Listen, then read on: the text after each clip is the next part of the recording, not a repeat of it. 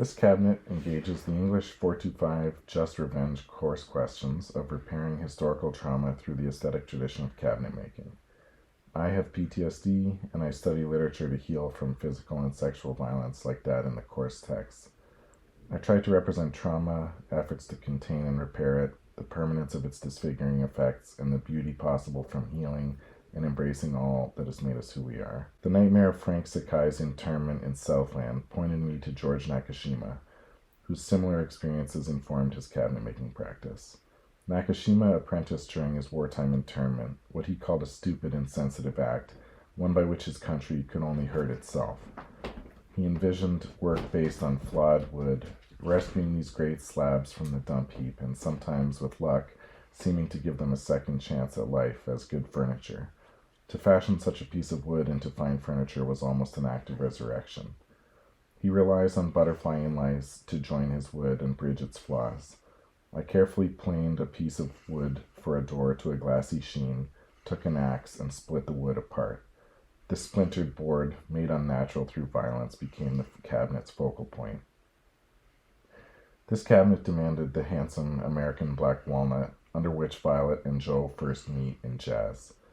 Morrison rooted a walnut at the beginning of the relationship she set in motion, sure one would kill the other, in this effort to explore grown-up love.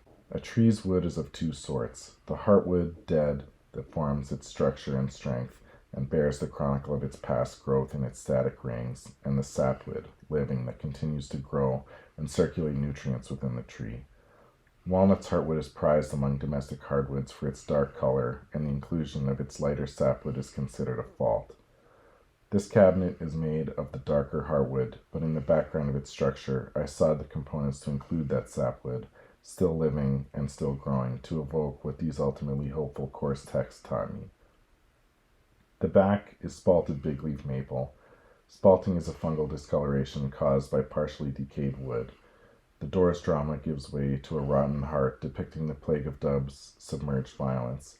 The novel's seminal lynching and all the treatment of the Métis are blights that can recede for settlers into history, but for the communities Erdrich is a member of and depicts in her work, their legacy and the imprint of its bitterness endures. The spalting forms an afterimage, the negative that remains in your mind's eye of the rope of golden fire that snakes down and wraps Billy twice, when Marn sees him struck by lightning, beautiful on the surface, but moldering.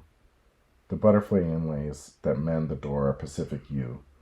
The quiet, exacting work of healing cannot be illustrated with a sun-loving hardwood like walnut or maple.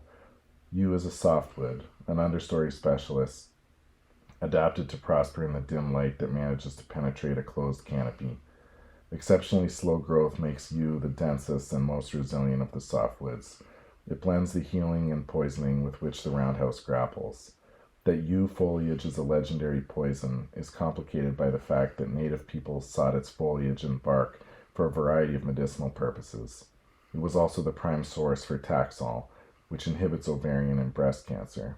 The Windigo strain that runs through the roundhouse through Lyndon Lark and Joe Coots, his executioner, is well represented by the yew. Death and healing in one, a medicine wood, poisoning and arresting metastasis, resilient and rot-resistant, but unassuming and growing in the shadows. The unifying theme of these texts is not justice or vengeance, but how we cope with inherited trauma. Vengeance can be healing, but it cannot be the only thing. We must begin to stitch our hearts together in their torn places.